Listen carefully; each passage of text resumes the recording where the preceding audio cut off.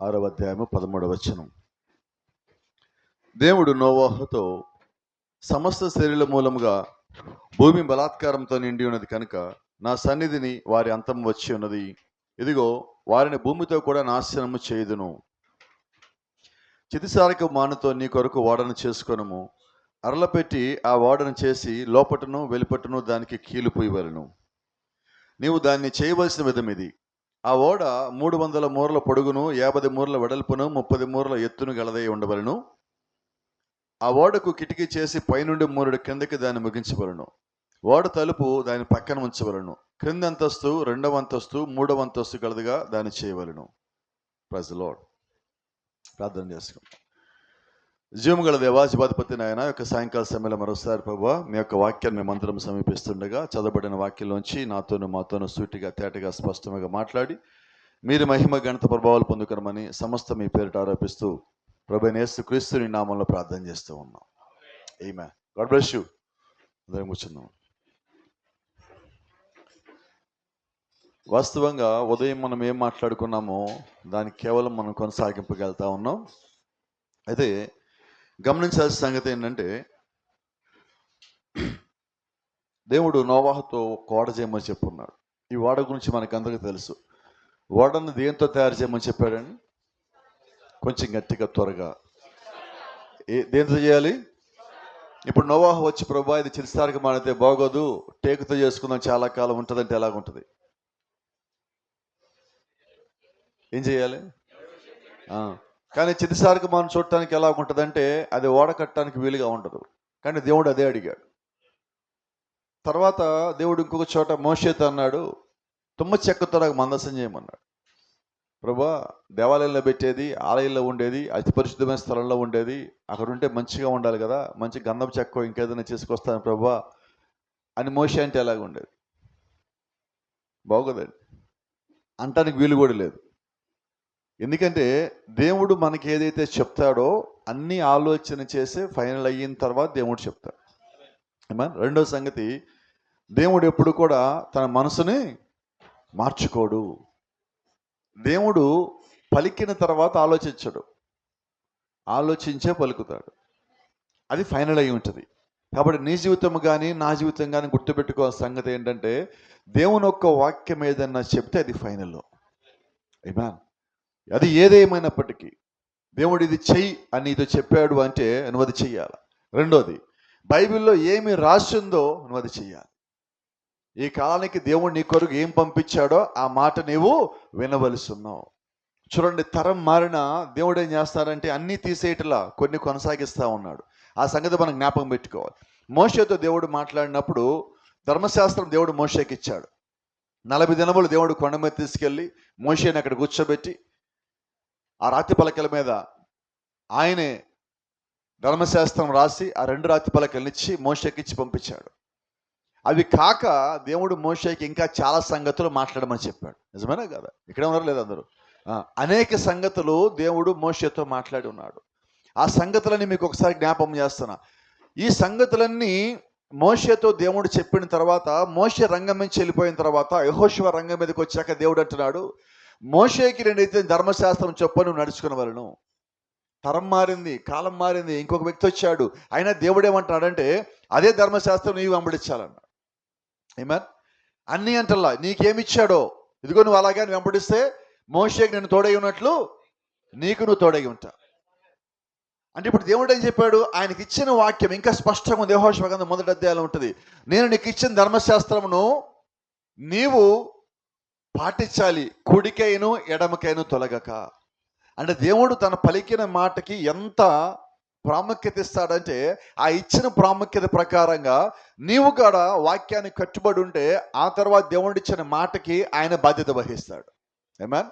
అంటే ఇప్పుడు నేను దేవుడు ఒక వాక్యం చదివాను, బైబిల్ నేను చదివాను, బైబిల్ నాకు అర్థమైంది, దేవుడు నాకు ఒక వాగ్దానం ఇచ్చాను, అర్థమైనది. ఇప్పుడు ఆ వాగ్దానం నేను నమ్మా.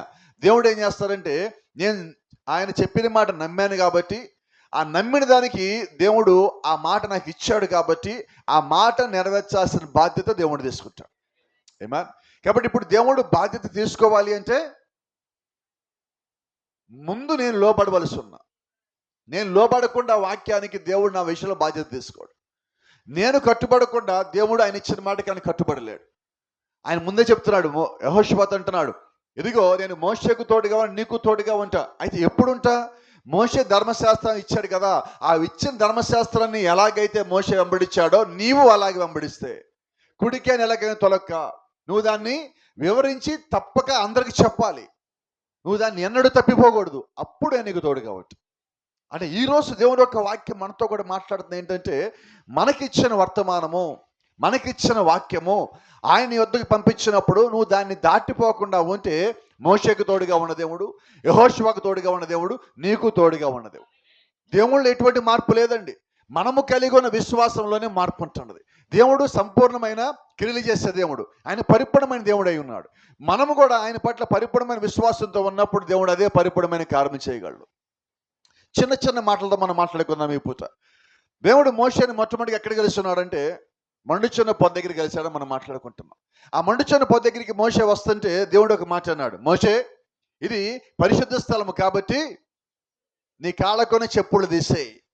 ఇప్పుడు మోషే ఏం చేయాలి? ప్రభా, కాళ్ళకున్న చెప్పులు తీసేస్తేలా నేను కొండ మీదకి వచ్చా కదా, ముళ్ళు ఉంటాయి, కావాలంటే తల మీద టోపీ తీస్తాను, నడుముకున్న దట్టి తీస్తాను, ఇంకేది తీస్తాను ప్రభా అంటే ఎలాగా? కాబట్టి దేవుడు ఏదైనా నీ దగ్గర నుంచి ఒకటి వద్దు అంటే ఇక దేవుడు దాన్ని రాసి పడడు. దేవుడు వద్దు అన్నాక దేవుడు మళ్ళా దాన్ని ఎప్పుడు కావాలి అనడు. అయితే మానవులమైన మనము ఒకసారి నాకు ఇది వద్దు అంటాం, రెండోసారి ఏమంటాం? ఒక భయంకరమైన అలవాటు ఉంది. కొద్దిమంది భోజనానికి వెళ్తారు, కొంతమంది ఇళ్ళకి వెళ్తారు. ఇళ్ళకి వెళ్ళగానే వాళ్ళు అడగగానే వీళ్ళు ఫస్ట్ ఒక మాట రెడీ అయి ఉంటారు. ఏంటంటే, నువ్వేం తింటావంటే ఏమంటాం? ముందు వద్దంటాం, తర్వాత ఇంకోసారి ఎడితే బాగుండు. దేవుడితో అలాగ ఉండదు. ఒకసారి దేవుడు నో అన్నాడంటే కాలం ఏమైనప్పటికీ అది నోనే. ఇంకా ఎన్నడైనా దాన్ని వెనకకి తీసుకోడు. కాబట్టి ఈరోజు నువ్వు నిజంగా ఒక విశ్వాసం అయ్యి ఉంటే, నేను ఈ పని చెయ్యను అని నువ్వు దేవుడికి కానీ ఒక మాట ఇస్తే, ఇప్పుడు చెప్పండి, వినపట్లేదు నాకు బలంగా. ఎవరికి మాట ఇచ్చావు? మనం మాట ఇచ్చిన తర్వాత ప్రభా నేను ఇది చెయ్యను అని నువ్వు ఎప్పుడైతే అన్నావో, నువ్వు చచ్చేదాకా కట్టుబడి ఉండాలి. ఆయన వచ్చేదాకా నువ్వు దానికి కట్టుబడి ఉండాలా. దాంట్లో ఇంక రాజీ పడద్దు. నువ్వు మాట ఇచ్చే ముందు ఆలోచించుకో, 1కి 10 సార్లు. మాట ఇచ్చాక నీ ప్రాణం పోయిన దానికి కట్టుబడి ఉన్నప్పుడు ఆయన ఇచ్చిన మాటకి ఆయన కట్టుబడి ఉంటాడు. నీకు ఇచ్చిన వాగ్దానాన్ని ఆయన నెరవేర్చి తీరుతాడు. వాగ్దానం ఎంత కష్టమైనప్పటికీ, అది నీ జీవితంలో అసాధ్యమైనప్పటికీ నువ్వు కట్టుబడి ఉన్నావు కాబట్టి ఆయనకి ఇచ్చిన మాటకి దేవుడు ఖచ్చితంగా కార్యం చేయాలి. నోవాకి ఇచ్చిన మాట దేవుడు తప్పిపోయాడా? మోషేకి ఇచ్చిన మాట దేవుడు తప్పిపోయాడా? పౌలుకి ఇచ్చిన మాట దేవుడు తప్పిపోయాడా? దావీదుకి ఇచ్చిన మాట దేవుడు తప్పిపోయాడా? రాహాబుకి ఇచ్చిన మాట దేవుడు ఎక్కడైనా తప్పిపోయాడా? అంటే ఎక్కడ తప్పిపోవాలా. కారణం ఏంటంటే వాళ్ళు అలాగే నిలబడ్డారు. లోకం వాళ్ళు పిచ్చోళ్ళు అన్నది, వీళ్ళ జ్ఞానం లేదన్నది, వీళ్ళు వెర్రేళ్ళు అన్నది, వీళ్ళు మూడులు అన్నది. అయినా వాళ్ళందరూ అనుకున్నారు, వీళ్ళు ఏమనుకున్నా పర్వాలా, దేవుడు ఆయనకి ఇచ్చిన మాటకి నేను కట్టుబడి ఉండాలి. ఇది ఒక నిజమైన వర్తమాన విశ్వాసం అంటే వాక్యానికి కట్టుబడి జీవించేవాడు, దేవుడిచ్చిన వాక్య క్రమానికి కట్టుబడి జీవించేవాడు. నేను ఎంత వింటున్నాను అనే దానికన్నా కూడా దేవుడికి ఏం కావాలి? ఎంత జీవిస్తున్నాను అన్నది కావాలి. దేవుడు అక్కడ ఒక మాట చెప్పవచ్చు. యెహోషువ 1వ అధ్యాయంలో అంటున్నాడు, నీవు ప్రతి దినము ధర్మశాస్త్రం చదివే దాంట్లో తప్పిపోవద్దు, ఆ చదివిన దాని ప్రకారంగా ఆచరించే దాంట్లో తప్పిపోవద్దు, నువ్వు బోధించే విషయంలో ఎప్పుడు తప్పిపోవద్దు. ఇవన్నీ యెహోషువకి దేవుడు చెప్తున్నాడు. యెహోషువకి ఊరికే దేవుడు కార్యాలు చేసేలా, ఇంత నమ్మి యెహోషువ తనను తాను సమర్పించుకున్నాక అప్పుడు దేవుడు యెహోషువతో కార్యాలు చేయించాడు. చూడండి, అబ్రహాంని దేవుడు కలిసినప్పుడు అబ్రహాంతో మాట్లాడు దేవుడు అన్నాడంటే, నువ్వు అబ్రహాం ఇంట్లోంచి బయటకు వచ్చే అన్నాడు. ఆదికాండం 12వ అధ్యాయం 1వ వచనం, యెహోవా నీవు లేచి నీ దేశం నుండి, నీ బంధువుల నుండి, నీ తండ్రి ఇంటి నుండి బయలుదేరి నేను నీకు చూపించే దేశం వెళ్ళము. ఏ దేశము? పేరు చెప్పాడా? చెప్పలా. చెప్పడం ముందేమంటాడు? అసలు నువ్వు ముందు ఇంట్లో నుంచి బయటికి రా. ఎక్కడి నుంచి? నీ బంధువుల నుంచి, తండ్రి ఇంటి నుంచి, దేశం నుంచి. ముందు ఎక్కడి నుంచి వచ్చాయి? ఎక్కడికి వెళ్ళాలి ప్రభువా? నువ్వు ఆయన నమ్మితే ఎక్కడికైనా అడగవు. అలా ఈరోజు నిజంగా వాక్యాన్ని కానీ వెంబడిస్తే, నన్ను వాక్యం ఎక్కడే తీసుకుపోతుందో అని నువ్వు అనుమానపడాల్సిన పని లేదు. ఖచ్చితంగా వాక్యం నిన్ను పరలోకాన్ని కాక ఇంకో చోటకి తీసుకుపోదు. నువ్వు అలాగ నమ్మవలసి ఉన్నావు. మనకి ఈరోజు ఇంత బైబిల్ ఉన్నది, ఇంత మర్మాలు ఉన్నాయి, ఇన్ని టీవీ ఛానల్స్ ఉన్నాయి, ఇంతమంది సేవకులు బోధిస్తున్నారు. ఎంత బోధించినా మనకి ఇంకా పరిపూర్ణతకు రాకపోతే ఎలాగా? ఇలాగున్నప్పుడు దేవుడు వచ్చి తన సంఘాన్ని ఎలా తీసుకుపోగలడు? మనం సిద్ధపడాలి. వాక్యానికి ఇంకా లోబడే విధంగా మనల్ని సిద్ధం చేసుకోవాలి. ప్రతి దాంట్లో చూడండి, మనం ఇంట్లో చిన్న ఫంక్షన్ ఏర్పాటు చేస్తున్నాం. ఈ చిన్న ఫంక్షన్కి ఎంత ముందు నుంచి ఎంతమందికి తెలియజేస్తాం, ఎంతమందికి కాంటాక్ట్ చేస్తాం, ఎన్ని వస్తువులు సిద్ధపరుస్తాం. నిజమేనా? చిన్నదానికి. అయితే మరి ఎత్తబాటుకి ఎంత సిద్ధపడాలి? దేవుని రాజ్యానికి ఎంత సిద్ధపడాలి? దాని కొరకు మనకు కలిగి ఉన్న సిద్ధపాటు ఎంత అంటే మన దగ్గర సంపూర్ణమైన సమాధానం లేదు. దేవుని యొక్క రాజ్యానికి వెళ్ళేవాడు పరిపూర్ణంగా ఆయన యొక్క ఆలోచనని దాని మీద పెట్టుకొని జీవిస్తాడు. దాని కొరకే జీవిస్తాడు. నిన్నటికన్నా ఈ రోజు నేను ఇంకా వాక్యంలో దగ్గరగా ఉండాలి దేవుడికి. నిన్నటికన్నా ఈరోజు నేను మెరుగ్గా ఉండాలి. నిన్న నాలో వచ్చిన లోపాలను ఈరోజు సరి చేసుకోవాలి అనుకుంటూ ప్రతిరోజు తనను దేవుడి యొక్క సన్నిధిలో, తన కుటుంబ ప్రార్థనలో, వ్యక్తిగతమైన ప్రార్థనలో సరి చేసుకునేవాడు క్రీస్తు దృష్టిలో నిజమైన శరీరంలో ఉన్న వాడై ఉన్నాడు. క్రీస్తు దృష్టిలో. సంఘం దృష్టిలో నువ్వు ఎలాగున్నా పక్కన పెట్టి కాసేపు. నువ్వు సంఘంలో అందరికి ఎలాగ అనిపించావో అది దేవుడికి లెక్క కాదు. ఆయనకి నువ్వు ఎలాగ అనిపించావు అన్నదే లెక్క. నువ్వు కుటుంబంలో నువ్వు ఇతరులకు ఎలాగ అనిపిస్తావో దేవుడు లెక్క చేయడు. కాబట్టి గమనించండి, నాకు ఇతరులకు గౌరవం ఇవ్వాలి కుటుంబాలు అనే దానికన్నా కూడా దేవుడు యొక్క సన్నిధిలో నేను ఉండాలి అనుకునేది నీకు ఎక్కువ విలువైనది ఉండాలి. నువ్వు అలాగ ఉన్నప్పుడు ఇతరులను ఎలా చూడగలవు? వాళ్ళ ముందు నన్ను మంచివాడు కూర్చోబెట్టారా, నన్ను కరెక్ట్ కూర్చోబెట్టారా, నాకు గౌరవం ఇచ్చారా, నా కొరకు మంచి చెడ్డలు చూస్తారా, నన్ను సరిగా పట్టించుకోవాలి లేదా, ఇవేమి నీ లోపలికి రావు. కారణం ఏంటంటే అక్కడ చేసేది ఏది నీ మైండ్ లోపలికి పోవటంలా. ఈ భూ సంబంధమైన సంగతుల్ని నీ ఆలోచనను ఎప్పుడు దాటిపోయి ఉన్నావు. అది ఒక క్రీస్తులో విశ్వాస యొక్క స్థానం. నువ్వు ఆ స్థానంలోకి వచ్చినప్పుడు లోకంలో ఉన్నది ఏది కూడా నీ మీద ప్రభావం చూపించలేదు. నువ్వు ఆ స్థితిలోకి వచ్చినప్పుడు లోకంలో ఉన్నది ఏది కూడా నీ మీద ఒత్తిడి తీసుకొని రాలేదు. కారణం ఏంటంటే ఇక్కడ నోవాహును చూడండి. నోవాహుతో దేవుడు మాట్లాడు, నోవాహును ఓడగట్టు అన్నాడు. చిరిసరగమాంతో ఓడగట్టు అన్నాడు. ఇది కొండ మీదకి వెళ్ళి ఓడగడుతున్నాడు. ఎక్కడ కట్టాడు ఓడ? ఎవరన్నా ఓడ ఎక్కడ నడుపుతారు? ఈయన ఎక్కడ కడుతున్నాడు? అది వినటానికి ఎలాగుంది అది, కానీ ఆయన చేస్తున్నాడు. ఒకవేళ ఓడ కడితే నీళ్ళ దగ్గర పక్కన ఒడ్డు దగ్గర కడితే సరేలే ఓడ కడతాను సముద్రం పోతుంది అనుకోవచ్చు. కానీ తీసుకెళ్లి కొండ మీద కడితే కొండ నుంచి ఓడ ఎప్పుడు తేవలేదు, నీళ్ళు ఇక్కడి నుంచి అక్కడికి ఎప్పుడు పోవాలా? కానీ ఇక్కడ నోవాహు చేసింది ఏంటో తెలుసా? వాళ్ళు ఎంతమంది నవ్వినా దేవుడు ఏం చెప్పాడు అదే చేస్తున్నారు. ఇప్పుడు నోవాహు కలిగి నమ్మకాన్ని బట్టి దేవుడే నీళ్ళు అక్కడ తేవాలా. అర్థమవుతుందా? కాబట్టి నీవు కూడా వాక్యంలో ఉన్నప్పుడు ఇతరుల దృష్టి ఎలా కనిపించినప్పటికీ, వాళ్ళని గురించి ఏది ఏమనుకున్నప్పటికీ దేవుడు ఏం చెప్పాడో అది ఒక్కటే చెయ్యి. ఎలాగ చెప్పాడు అలాగే చెయ్యి. అది కూడా మర్చిపోవద్దు. ఈరోజు దేవుడు చెప్పినట్టు చేస్తామని చాలా మంది వచ్చారు. ఈరోజు అనేక మంది సేవకులు దేవుడు మమ్మల్ని పిలిచాడు వచ్చారు. ఏమయ్యారు? ఇప్పుడు రకరకాల దారిలోకి వెళ్ళిపోయారు. వాళ్ళకి కనిపించే దారిలో మొత్తం వెళ్ళిపోయారు. లాస్ట్కి ఏం చేశారంటే దేవుడు అనే మార్గాన్ని విడిచిపెట్టి సొంత మార్గాల్లో వెళ్ళిపోయారు. అనేక మంది విశ్వాసులు, మీరు చూశారు, నేను చూశాను, ఇదే సంఘాల్లో చూసాం, చాలా సంఘాలు చూస్తున్నాం. ఓ దేవుడు తప్ప మాకు ఇంకేమీ లేదు, దేవుడు తప్ప దేవుడే మాకు అన్నిటికన్నా ముఖ్యం అన్నారు. ఏమయ్యారు? మన కళ్ళ మంది చూసిన వాళ్ళే సొంత మార్గాలు వెళ్ళిపోయారు. కాబట్టి జ్ఞాపకం పెట్టుకోండి, మన ముందు వెళ్ళిపోయాలని చూసి మనం బాధపడవద్దు, నవ్వుకోనివద్దు, ఎగతాళి చేయొద్దు. మనం సరి చేసుకుందాం. మనం సరి చేసుకోవడానికి వాళ్ళు మన ముందు అలా చేశాడు. దేవుడు మనకి వాళ్ళని ఒక మాదిరిగా ఉంచారు. మీరు వాడిలాగా ఉండకండి అని దేవుడు మనల్ని హెచ్చరిస్తా అన్నాడు. అపోస్తలుడైన పౌలు అంటున్నాడు, వారు మనలో నుండి వెళ్ళిపోయినారు, వాక్యం నుండి వెళ్ళిపోయినారు. ఎప్పుడు మనలోంచి వాళ్ళు వెళ్ళిపోయారంటే మన సంఘానికి రాకపోతే మనలోంచి వెళ్ళిపోయినట్టు కాదండి. ఎప్పుడు వాళ్ళు మన వాళ్ళు కాదంటే దేవుని వాక్యం నుంచి తొలగిపోతే.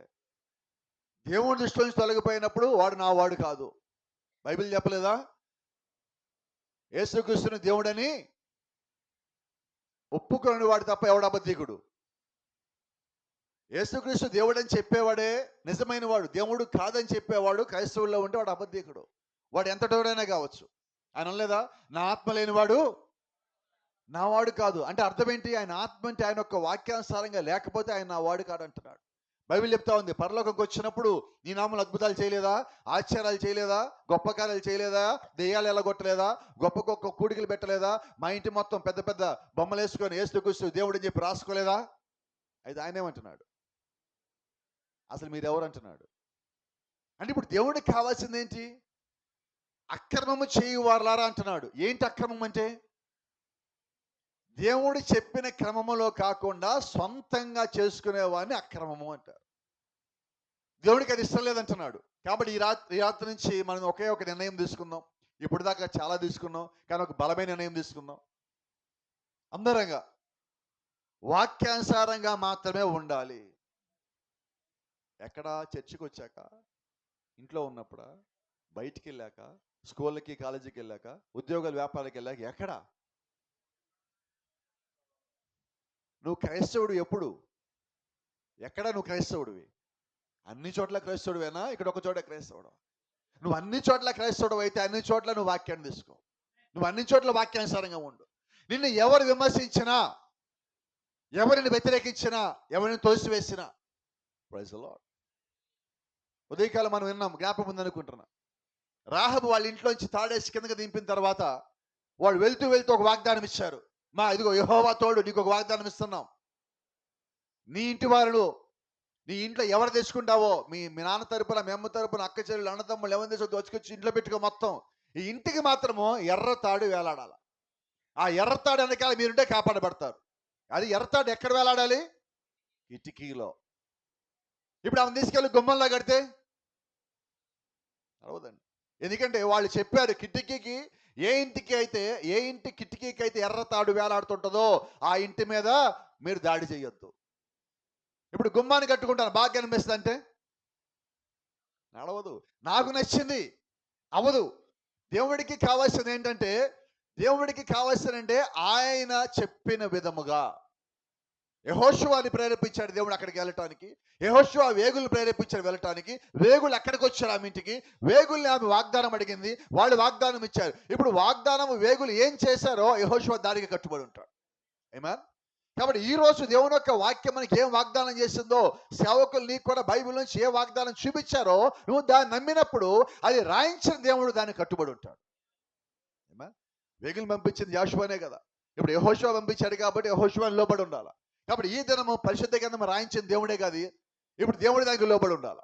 నేను దేవుడు ఏం చెప్పినా చేసుకుంటూ పోతా ఉన్నప్పుడు ఇప్పుడు దేవుడు నన్ను కాపాడతాడా? నన్ను రక్షిస్తాడా? రక్షించడా? ప్రపంచం మొత్తం నవ్విన నోవా కుటుంబం కాపాడబడింది. నవ్విన వాళ్ళు ఏమయ్యారు? ఈ రోజు కూడా అదే జరగబోతా ఉన్నది. బైబిల్ చెప్తా ఉన్నది, యేసుక్రీస్తు రాకడ ఎలాగుంటుందంటే నోవాహు దినముల్లో ఎలాగుండదో అలాగా, లోతు దినముల్లో ఎలాగుండదో అలాగా. అది క్రీస్తు రాకడ దినములు. కాబట్టి ప్రపంచమంతా వాక్యానుసారంగా ఉండే వాళ్ళని చూసి నవ్వుతుంది, ఎగతాళి చేస్తుంది. ఉదయం మనం విన్నాం, ప్రాఫెట్ చెప్తూ ఉన్నాడు,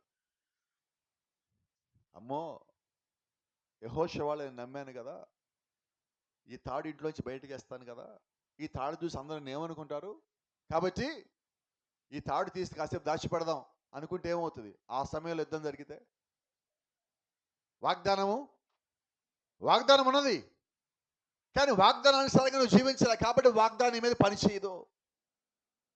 నిజమేనా? పాత నిబంధన ఉదయం కూడా నిర్గమకాండంలో పస్కా గురించి మనం మాట్లాడుకుంటా, ఆ గోడ నిలువు కమ్మీల మీద, అడ్డ కమ్మీ మీద రక్తం గుర్తుండాలి. ఆ రక్తపు గుర్తు అక్కడ వేసేసి నేను మాత్రం బయట తిరిగితే పని చేస్తుందా? ఈ రోజు కూడా మన బాప్తిజం పొంది ఇష్టానుసారంగా ఉంటే, నేను వర్తమాన సాగం మా పాస్ గారు పాలు గారు మన ఇష్టానుసారంగా ఉంటే పని చేయదండి. పాలు గారు ఎప్పుడు మీ జీవితాల్లో పని చేయలేడు, దేవుడు ఒకటే పని చేస్తాడు. కాబట్టి ఎవరికి లోబడాలి? మనం సంపూర్ణమైన దేవుడికి, సంపూర్ణమైన వాక్యానికి నువ్వు లోబడ్డప్పుడు దేవుడు నీ జీవితంలో, నా జీవితంలో కార్యం చేయగలడు. దేవుడు దానికి సమర్థుడు. ఆయన చెప్పిన మాటకి కట్టుబడి ఉంటాడు. మనము విశ్వాసం కలిగి ఉంటే, మనము నమ్మకం కలిగి ఉంటే, మనము దాన్ని సంపూర్ణంగా వెంబడిస్తున్నప్పుడు అది ఎలా కనిపించినా నీ కంటికి నువ్వు దాన్ని వెంబడిస్తానే ఉండాలి. Praise the Lord. చూడండి, దేవుడు అబ్రహాం అన్నాడు, తన ఇంటిలోని వారిని, తన బంధువులను, తన దేశమును విడిచి నువ్వు బయటికి రావాలన్నాడు. ఇంతమంది విడిచిపెడతా ప్రభా, నాకు వీళ్ళందరూ నా పక్కన ఉండాలి, నా లేకపోతే అలాగా నా కుటుంబమే నాకు బలం అంటాం మనం కొన్నిసార్లు. నీ కుటుంబం నీ బలం కాదు, నీ కుటుంబం నీ బలహీనత. అనేక సార్లు దేవుళ్ళలోకి ఎదగనీయకుండా అడ్డుపడేది నీ కుటుంబమే. అవునా కదా? అనేక సార్లు, 1-2 సార్లు నీకు సపోర్ట్ చేస్తారు, అనేక సార్లు వాళ్ళే నీ బలహీనత అయిపోతున్నారు. అనేక ప్రార్థనలకు వెళ్ళకపోవడానికి కారణం నా కుటుంబమే అనుకుంటావా లేదా? నీ వల్ల వెళ్ళాలి నేను ప్రార్థనకి అంటాం కొన్నిసార్లు ఇళ్ళలోకి వచ్చి, లేదా నీ వల్ల నేను ప్రార్థనకి వెళ్ళి అసలు వెళ్ళలేకపోదు, నీ వల్ల వెళ్ళాను అనే సందర్భాలు ఎన్ని ఉన్నాయి మన ఇళ్ళల్లో? చాలా కొద్దిగా. అంటే మన బలహీనతలుగా మాత్రం వాస్తవం మనకు బలము వాళ్ళ కుటుంబం అంటే. ఎప్పుడు నీకు బలం అవుతుంది? కుటుంబం మొత్తం ఒకే వాక్యంలో ఉన్నప్పుడు, కుటుంబం అంతా ఒకే విశ్వాసంలో ఉన్నప్పుడు, కుటుంబం అంతా ఒకే ప్రార్థనలో ఉన్నప్పుడు, కుటుంబం అంతా ఒకే రీతిగా తన మనసుని దేవుళ్ళలో పెట్టినప్పుడు, ఇలాంటి కుటుంబం ఎలాగుంటుందండి? పరిగెత్తుతూ ఉంటుంది వాక్యం అనక, వాక్యం వెనకాల నిలబడతా ఉంటుంది. అంత మాత్రమే కాదు, వారి జీవితంలో సూచనలు, అద్భుతాలు, సాక్ష్యములు, రుజువులు పరిగెడతానే ఉంటాయి. కారణం ఏంటంటే వారిని బట్టి దేవుడు అనేక మందిని ఆకర్షించడానికి దేవుడు వారి జీవితంలో కార్యాలు చేస్తాడు. ఎందుకు మేము ప్రతిసారి ఒక మాట అంటాను, కుటుంబం అంతా రండి, కుటుంబం అంతా రావాలి, కుటుంబం అంతా రావాలని కారణం ఏంటంటే, కుటుంబంలో ఒకరు వచ్చి ఒకరిగా ఆగిపోయినట్లయితే ఆ కుటుంబము కలిసి ముందుకు పోలేదండి, కలిసి ప్రార్థన చేయలేదండి, విశ్వాసం కలిగి ఉండలేరండి. ఎందుకంటే వాళ్ళు వినే వాక్యము ఒకరే వింటున్నారు, ఇంకొకరు వాక్యం వినకపోతే అది సంపూర్ణంగా పనిచేయలేదు. అక్కడ ఒకే రకమైన విశ్వాసం కలిగి ఉన్నప్పుడు అక్కడ కదా సంపూర్ణంగా ఉండేది, అది కదా పరిపూర్ణంగా ఉండేది. ఈరోజు మనం ప్రార్థన చేస్తున్నాం, మీరు చూడండి, ఒకే కుటుంబంలో ప్రార్థన చేసినప్పుడు ఇద్దరు ప్రార్థన చేసే వ్యతిరేకమైన ప్రార్థనలు వస్తున్నాయి. ఏంటి కారణం? ప్రేమ లేదు కాబట్టి ఒకే ఆత్మలో మధ్యలోకి రాలేకపోతున్నది. ఇద్దరిలో ప్రేమ ఉన్నప్పుడు నిజంగా ప్రార్థన కానీ ఇద్దరిని చేయమంటే ఎలాగుంటుంది తెలుసా? మొదటోడు చేసిన ప్రార్థనని కొనసాగించాడు, రెండోడు ప్రార్థన ఉండాలి. అప్పుడు ఎలాగుంటుంది? వినే వాళ్ళందరూ కూడా దానికి లోబడే వాళ్ళుగా ఉంటారు. నేను ఒకటి చేసి, ఆయన ఒకటి చేసి, ఇంకొక ప్రార్థన చేస్తే ఎలాగుంటుందంటే అది కుటుంబం అవ్వదండి, యుద్ధభూమి అవుతుంది. మన సంఘానికి వచ్చిన కుటుంబాలే ఉండాలని, దేవుడు తన కుటుంబంతో కలిసి జీవించేవాడు. యెహోవా అన్న మాటకు అర్థము తన కుటుంబంతో కలిసి జీవించేవాడు. మరి కుటుంబంలో ఒకళ్ళు కలవకపోతే దేవుడు మనతో ఎలా కలుస్తాడు? మన కుటుంబంలోనే మన రక్త సంబంధుల్నే మనము దూరంగా పెట్టుకుంటామంటే మరి దేవుడు మనకి రక్త సంబంధే కదా, మరి ఆయన మాత్రం దగ్గర ఎందుకు పెట్టుకోవాలి? అబ్రహాం ఇంట్లోంచి వెళ్ళి బయటికి రా, ఎక్కడికి అని అడిగాడా? ఎంత దూరం వెళ్ళాలి ప్రభు అన్నాడా? ఎప్పుడు తిరిగి వస్తామన్నాడా? సంతానం లేదు, భార్య నమ్మన్నాడు, వెళ్ళాం పదా అన్నది. ఆమె కూడా చూడు ఎలా ఉంటామో, దేవుడి ఇక్కడి నుంచి వెళ్ళిపోమన్నాడు, మనల్ని బయలుదేరాం పదా అంటే ఆమె కూడా వచ్చింది. ఎక్కడికి అడిగిందా? కోపడం అక్కడ ఒక మాట అడుగుతా, ఇక్కడున్న మీ భర్తలు ఎవరన్నా ఇంటికి ఫోన్ చేసి నువ్వు రెడీ అవ్వు బయటికి వెళ్దామంటే ఏమంటారు? వినమలేదు. ఎందుకని? నువ్వు ఎక్కడ తీసిపోతే తెలియదుగా. ఎటువంటి విశ్వాసం ఉండాలంటున్నా? నా భర్త మీద నాకు నమ్మకం ఉండాలి, నా భార్య మీద నమ్మకం ఉండాలి. ఆ నమ్మకం మన మధ్యలో ఇంకా రావటం లేదు అంటున్నా. ఎప్పుడు వస్తుంది? ఒకే ఆత్మ ఇద్దరిలో ఉన్నప్పుడు, ఒకే ప్రార్థన ఇద్దరిలో ఉన్నప్పుడు. నువ్వు రా అంటే పద, ఆత్మ ఈ పెళ్లి కుమారుడు వినువాడు ఎక్కడికి అంటున్నాడు రమ్మంటే? అంటలేదు. ఎందుకంటే తెలుసండి, వాక్యం మనల్ని తీసుకెళ్ళేది ఉన్నతమైన స్థలాలకే. నీ భర్త నిన్ను ప్రేమించి ఎక్కడ తీసుకెళ్తాడు? చెప్పరే ఎవరు? ఎవరు లేదా? పెళ్ళిన ఎవరు లేరు ఇక్కడి నుంచి అక్కడి వరకు? చెప్పరే ధైర్యంగా, నమ్మకం ఉందండి మా భర్త మీద, ఆయన ఎక్కడికి పిలిచి మేము వెళ్తాం ఇక్కడి నుంచి అని. అది సంగతి. ఇక్కడ మాట, కనిపించే నీ భర్తని నువ్వు ప్రేమించలేకపోతే కనబడి దేవుని ఎలా ప్రేమిస్తావు ఇప్పుడు చెప్పు? అంతే కదా. ఏదైనా వాక్యమే. భూ సంబంధంగా జరిగేవన్నీ ఆత్మ సంబంధమైన వాటికి సాదృశ్యమై ఉన్నాయి. ఇక్కడే ఇంట్లోనే భార్యాభర్త ఒకళ్ళకల్లా నమ్ముకోకపోతే, చూడండి, ప్రాఫిట్ మ్యారేజ్ చేసేటప్పుడు ఒక మాట అంటాడు, మీరిద్దరు ఒకరినొకరు ప్రేమించుకుని ఇద్దరు కలిసి దేవుడిని ప్రేమించండి అన్నాడు. ఎప్పుడు ప్రేమించాలి దేవుణ్ణి? మరి మీ ఇద్దరు ప్రేమించకపోతే దేవుడు ఎప్పుడు ప్రేమించాలా? ఇక ప్రేమించడానికి ఇంకో బ్యాచ్ ఉంది. ఇది ఒక కూల్ డ్రింక్ 2 స్టార్లు. ఈ ఈ ఈ నడవవు దేవుళ్ళలో, ఈ ఈ వ్యర్థమైనవి ఇవి. ఇటువంటి దాని గురించి దేవుడు మాట్లాడలే. ఒకళ్ళనొకరు అర్థం చేసుకొని ఒకరికొకరు లోపడేదాన్ని ప్రేమ అంటారు. ఆ ప్రేమ గురించి దేవుడు అక్కడ మాట్లాడతాడు. నువ్వు ఒకరికి లోబట్టం, ఒక మాట వింటాం, ఒకరిని గౌరవించి నువ్వు తెలుసుకుంటే అప్పుడు నువ్వు వాక్యాన్ని గౌరవించుకుంటావు, అప్పుడు వాక్యాన్ని వెంబడించగలుగుతావు. భార్యాభర్త ఎలా ఉండాలంటే ఇద్దరిలో ఒకళ్ళు మాట్లాడితే ఇద్దరు మాట్లాడినట్టే. కానీ మన ఇళ్లలో ఇద్దరు మాట్లాడితే ముగ్గురు మాట్లాడినట్టు. ఒకటేమో ఆమె చెప్పిందా చెయ్యి, ఆమె చెప్పిందిగా చెయ్యి, అయితే ఆయన చెప్పాడు అయితే చెయ్యి, అయితే వీళ్ళిద్దరికి మళ్ళీ ఒకటి కలుస్తుంది ఎక్కడో చోట. అంతేగాని ఆమెదే ఇది ఏంటిదే. ఇది ఎక్కడ కుటుంబం అవుతుంది? అవ్వదు. సంఘం కూడా అలాగుంటే ముందుకు పోదు, కుటుంబం అలాగుంటే ముందుకు పోదు, నువ్వు దేవుళ్ళు అలాగుంటే ఎదగలేవు. ఎందుకు మనకి ఇంకటువంటిప్పుడు భక్తి? దేవుడు మన నుంచి ఆశిస్తున్నది ఏంటంటే నువ్వు ఒక్కటిగా ఉండు. మేడగదిలో 120 మంది ఉన్న వారు ప్రార్థించినప్పుడు బైబిల్ అంటుంది వారందరూ ఏక మనసు కలిగి ప్రార్థించారు. మరి 120 మంది కాదు, మన కుటుంబంలో 5గురు 6గురు అంతేనా? ఇంక అంతకన్నా పెద్ద కుటుంబం ఉంది ఏదన్నా? నాకు తెలిసి 5-6 మందే ఉన్నాయి కుటుంబాలు. అంతకన్నా పెద్దది ఉంది ఎవరిదన్నా? మరి 5-6గురిలోనే మనం కలిసి ప్రార్థన చేయగలుగుతున్నామా? కలిసి ఒక నిర్ణయానికి వస్తున్నామా? ఎన్నిసార్లు మన కుటుంబంలో అందరూ కలిసి కూర్చొని మాట్లాడుతూ నిర్ణయాలు తీసుకున్నప్పుడు ఎంతమంది లోపలికి పోయి తలుపులు ఇసేస్తారు? ఎందుకని? నాకు నచ్చలా మీ నిర్ణయం, మీ చావు అది. అందుకే నాకు నచ్చలా, మీరు మాత్రం పరలోకం పోండి అంటారా? అనవండి. ఎటువంటి తిట్టిపోతాం లాస్ట్లో మనం. నాకు నచ్చకపోతే తిట్టిపోతాం కదా అక్కడి నుంచి. కానీ ఇక్కడ అలా కాదు. నువ్వు దేవుని ప్రేమ కానీ కలిగి ఉంటే, క్రీస్తు గారు నీలో ఉంటే, ఏది వాక్యానుసారమో అది వాళ్ళకి చెప్పు.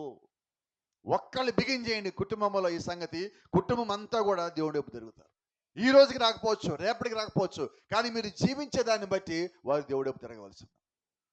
ఇప్పుడు ప్రారంభంలో, ముగింపులో మనకు కావాల్సింది ఏంటంటే పరిపూర్ణంగా దేవుని యొక్క వాక్యాన్ని వెంబడించటం, సంపూర్ణంగా క్రీస్తుతో మనం జీవిస్తున్నాం, కొద్దిగా జీవిస్తున్నాం. ఏదో ఒకసారి మనకి భయం వచ్చినప్పుడు, దేవుడు ఒకసారి మనతో మాట్లాడినప్పుడు, దేవుడిని గద్దించినప్పుడు, అప్పుడు మాత్రం మనము బాగా లోపడుతున్నాం, బాగా భయపడుతున్నాం. ఒకసారి దేవుడు మనల్ని నేరుగా హృదయాన్ని సంధించి మాట్లాడినప్పుడు ఆ రోజు ఏడుస్తాము, కేకలేస్తాం, ఇంటికి వెళ్ళకుండా తర్వాత దేవుడు నాతో మాట్లాడాడు. వారం అయ్యాక వినబడలేదమ్మా? వారం అయ్యాక దేవుడు మాట్లాడింది ఏమైంది? నోవాహు 120 ఏళ్ళు ఉన్నాడు దేవుడు మాట్లాడాక. ఆ మాటకి లోబడి. ఈరోజు మనం ఎంతకాలం ఉంటాం దేవుడు నాతో మాట్లాడన్న మాట కట్టుబడి? కొద్దిసేపే. ఇంకోటి, ఇతరులకి చెప్పుకోవడానికి ఇష్టపడదు. ఈరోజు దేవుడే నాతో భలే మాట్లాడాడు చెప్పుకోవడానికి ఇష్టపడతాను. చెప్పుకోవడం కోసం కాదు, నువ్వు జీవించడానికి. నువ్వు తప్పులోనే పాపంలో ఉంటే దానిలో తప్పుకోవడానికి దేవుడు నీతో మాట్లాడాడు. ఇంకో సంగతి, దేవుడు నీతో మాట్లాడన్న మాట ఆ ఊహగా నీకు వచ్చిందంటే ఒక సంగతి జ్ఞాపకం పెట్టుకో, దేవుడు నిన్ను ప్రేమించాడు కాబట్టి నీతో మాట్లాడాడు. ఆ ప్రేమని మనం అలసిగా తీసుకోవద్దండి. దేవుడు అలా మనతో మాట్లాడాడన్నా, గద్దించాడన్నా మనం వెంటనే లోబడవలసి ఉన్నాం. వయసులో రాహాబు దగ్గరికి ఎన్నిసార్లు వచ్చిన వర్తమాన పుస్తకాలు వినబడలేదా? మరి మన దగ్గరికి ఒక్కసారి వచ్చాక ఆమె లోబడి పారజీవితం మొత్తం మార్చుకొని ఆ వచ్చే యెహోషువకు ఎదురు చూస్తా అక్కడున్న ఊరి మొత్తానికి వ్యతిరేకమయ్యి, ఊర్లో ఎరుకో మొత్తంలో మొట్టమొదటి వర్తమాన విశ్వాసి రాహబు, ఆ గడియ విశ్వాసి రాహబు. ఎంతమంది కాపాడబడ్డారంటే, మనం నోవాహు కాలం చెప్తాం, నోవాహు కుటుంబం కాపాడబడిందని. మీరు జాగ్రత్తగా గమనిస్తే రాహబు కుటుంబం అంతా కాపాడబడింది. ఏమా? మరి రాహబు ప్రవక్త, రాహబు దైవ సేవకురాలా, రాహబు కరెక్ట్గా మాట్లాడితే ప్రార్థనా పరురాలా? ఆమె దగ్గరికి వర్తమానం రాగానే ఆమెకు కూడా అర్థమైంది, యెహోషువ వస్తున్నాడు. యెహోషువ కాదు, ఆయన వెనకాల యెహోషువ నడిపించే దేవుడు వస్తున్నాడు. భూమి ఆకాశం పైన అటువంటి దేవుడు లేనేలేడు. ఎర్ర సముద్రమును ఆరిపోజేసిన దేవుడు, ఎదురుగా వచ్చే రాజులను నిర్మూలన చేసిన దేవుడు, ఆకాశం నుంచి మన్నాను కురిపించిన దేవుడు, ఆ దేవుడు వస్తున్నాడు. కాబట్టి యెహోషువకి భయపడాలా, వేగులకి భయపడాలా, ఆ వెనకొచ్చే దేవుడికి భయపడింది. ఆ దేవుడు తీసుకొచ్చే తీర్పుకి ఆమె భయపడింది. ఈరోజు మనం కూడా భూమి మీద చూస్తున్నాం, ఒక రాహబు వలె ఆత్మ సంబంధమైన చెడిపోయిన కార్యములో నుంచి బయటికి రావాలని మనము కనిపెట్టేదో చూస్తున్నాం. మన కొరకు కూడా ప్రభువైన యేసుక్రీస్తు రానై ఉన్నాడు. అయితే ఒక పక్కన తీర్పు, ఒక పక్కన క్రీస్తు, ఇదిగో మధ్యలో మనం ఉన్నాం. నోవాహు వాడతో దేవుడు అంటున్నాడు కట్టేటప్పుడు, నోవాహు వాడ కట్టినప్పుడు వాడికి వెలుపట లోపట నువ్వు కీలిపోయి, బయట కీలు లోపల కీలు. కీలు అంటే ఏదో కాదు, క్రీస్తు యొక్క రక్తమై ఉన్నది. ఈరోజు క్రీస్తు యొక్క రక్తము బయట వచ్చే ఆ తీర్పుకి లోపల ఉన్న నీకు మధ్యలో అడ్డుగోడగా నిలబడి ఉన్నాడు. ఇప్పుడు ఆ రక్తం కింద నీవు ఉన్నావు. ఆ తీర్పు నీ దగ్గరికి ఎందుకు రావటం లేదంటే, దేవుడు చెప్పినట్టుగా కట్టిన వాడ అంటే వాక్యానికి లోపడే గుణము, ఆ తర్వాత క్రీస్తే బయట రక్తముగా కీలుగా ఆ తీర్పును ఆపుతూ ఉన్నాడు. ఈరోజు నువ్వు కూడా వాక్యానికి లోబడినప్పుడు, వాక్యానికి లోబడి విధేయుడిగా ఉన్నప్పుడు, వాక్యానుసారంగానే చేస్తాను, ఇలా కాకుంటే నేను చెయ్యను అని ఎప్పుడైతే తీర్మానం చేసుకున్నావో, నీ మీద ఆ కీలు పనిచేస్తుంది, నీ మీద ఆ రక్తం పనిచేస్తుంది, నీ మీద ఆయన యొక్క కృప పనిచేసేదిగా ఉంటుంది. Praise the lord. ఆమేన్. నోవాహు ఓడగట్టు, చిరుసాగమానుతో ఓడగట్టు. ప్రభా చిరుసాగమాను బాగోదేమో, ఇంకేదైనా కట్టమంటావా? ఈరోజు మనం అలాగే చేస్తున్నాం. దేవుడు ఇచ్చింది తీసుకోకుండా, ప్రభు నాకు ఇదైతే బాగోదు, ఇది ఇస్తే అందరూ ఏమనుకుంటారు కాబట్టి నాకు ఇంకేదన్నా ఇస్తావా? ఈరోజు దేవుణ్ణి మనం ఏం చేస్తున్నామంటే, నాకు అనుగుణంగా నాకు నచ్చే విధంగా ఏదో ఒకటి ప్రభు అని అడుగుతున్నాం మనం. నేనేమంటానంటే ఆయన ఏమి ఇచ్చాడో తీసుకుందాం. ఎందుకంటే దేవుడు నీకు ఏది ఇచ్చినా అది మేలైనది. ఆయనకన్నా మేలైంది నీకు ఇచ్చేవాడు ఎవడు భూమి మీద? అంతకన్నా గొప్పది ఏదీ లేదు. కోపరాలు చిన్న విషయం చెప్తాను ఈ విషయంలో. కొన్నిసార్లు మన వివాహ విషయాల్లో ఫోటోలు చూస్తాం, ఏమంటాం? చెప్పండి త్వరగా. దేవుడు నీకు ఏది ఇస్తే అది తీసుకో. నువ్వు ప్రార్థన చెయ్యి, నీ దగ్గరికి ఏది వచ్చిందో అది తీసుకో. నిర్ణయాలు నువ్వు తీసుకోవద్దు. ప్రభా ఈ నిర్ణయం నీకు అప్పచెప్పాను, నువ్వు నా విషయంలో నిర్ణయం తీసుకో. నాకు మేలైంది ఏదో అదే నా దగ్గరికి రావాలి, నేను దానికి లోబడాలి. నువ్వు దీవించబడి తీరుతావు, ఖచ్చితంగా దీవించబడి తీరుతావు. ఈ రోజుకి అది నీకు చెడ్డగా అనిపించవచ్చు, ఈ రోజుకి నీకు బాధగా అనిపించవచ్చు. అయితే దాని యొక్క ప్రభావం దేవుని జీవితంలో ఎప్పుడు తీసుకోవాలనుకున్నాడో అప్పుడు దాని యొక్క ఫలితం నువ్వు తీసుకుంటావు. Praise the Lord. కాబట్టి మనం పరిగెత్తొద్దండి, అయ్యే మన వెనకాల పరిగెత్తాలి. నువ్వు ప్రార్థించు, విశ్వాసం ఉంచు, మోకాలు నేల కానిచ్చు. ప్రభువా నాకేం కావాలి నీకు తెలుసు, నాకు కావాల్సింది నీవే నాకు ఇస్తావు ప్రభువా అని నువ్వు నమ్మకం కలిగి ఎంత బాగుంటుంది. ఇప్పుడు అబ్రహాము ఎక్కడ పరిగెత్తాడు? ప్రభువా నువ్వు నాకు తోడుగా ఉంచావు, అది నువ్వు రమ్మనగానే వచ్చాను, మరి నాకు ఇది ఇస్తావా అది ఇస్తావా అని అడిగాడా? ఏం లేదండి. దేవుడు తెలుసు అబ్రహాంకి ఏమి ఇవ్వాలో, ఎప్పుడు ఇవ్వాలో కూడా తెలుసు. అలాగే ఈరోజు దేవుడు నీ జీవితంలో నీకు ఎప్పుడు ఏది ఇవ్వాలో ఆయన ముందుగా ఎరుగున్నాడు. ఆమేన్. ఇవ్వాల్సినవి ఆయన దగ్గర రెడీగా ఉన్నాయి, కానీ ఆయన మన దగ్గర చూస్తుంది ఒక్కటే, మనం ఎప్పుడు లోబడతామా? పాత నిబంధన మొత్తం మాదిరిలు పెట్టాడు. అబ్రహాం లోబడ్డాడు, నోవాహు లోబడ్డాడు, మోషే లోబడ్డాడు, దావీదు లోబడ్డాడు, యెర్మీయా లోబడ్డాడు, యేషయా లోబడ్డాడు. అన్ని లోబడే అనిపిస్తున్నాయి మనకి. మనం అనుకున్న వాగ్దానం చదివి ఇదిగో ఈ వాగ్దానం నాది, ఈ వాగ్దానం నాది. చిన్నపిల్లలు 10-15 వస్తువులు తీసుకొచ్చి ఇంట్లో మనం పడేస్తే, ఆట బొమ్మలను తీసేస్తే వాళ్ళందరూ వాళ్ళకి కావాల్సిన లాక్కుంటా తీసుకుంటూ ఉంటారు. మీరు గమనించారు లేదో, 2 రోజులు అయిన తర్వాత వాళ్ళు నాకు ఇది వద్దు కూడా కావాలంటారు. ఇప్పుడు మనం కూడా అలాగ అయిపోయాం. ఒకటి రాగానే తీసేసుకున్నాం ముందు, ఇది కావాలి, ఇదే ఇదే ఇదే ఇదే నాకు వస్తుంది. తర్వాత ఏం చేసాం, ఇంకోటి ఉంది అవకాశం అన్నాక దీనికన్నా అది బాగుంటుందేమో. దేవుడు నీకు ఇచ్చిందే బాగుంటుంది, అది సంపూర్ణమైనది, పరిపూర్ణమైనది. ఆయన సంపూర్ణతలోంచి నీకు ఇస్తాడు, ఏది అసంపూర్ణంగా ఉండేది నీకు ఇవ్వడు. చూడటానికి అలా కనిపిస్తుంది, దాని యొక్క సమయం వచ్చినప్పుడు దాని విలువ బయటపడుతుంది. నోవాహు ఓడ కట్టేటప్పుడు ఎలాగుంది, అందరూ ఎగతాళి చేసే విధంగా ఉంది, కానీ చివరికి ఏం చేసింది? ఆ ఓడ సంపూర్ణమైనప్పుడు, అంటే అది కట్టేటప్పుడు ప్రతిది కూడా అలాగే ఉంటుంది. అలాగే మన జీవితాలు కూడా మారేటప్పుడు అందరికి నవ్వులాటగానే ఉంటుంది, అందరికి ఎగతాళిగానే ఉంటుంది. సంపూర్ణంగా మారిన తర్వాత, నువ్వు పరిపూర్ణంగా దేవుళ్ళు ఎదిగిన తర్వాత, నువ్వు ఒక ప్రార్థనాపరుడిగా మారిన తర్వాత, అప్పుడు నీ గురించి ఎంతమంది కామెంట్లు చేస్తారు.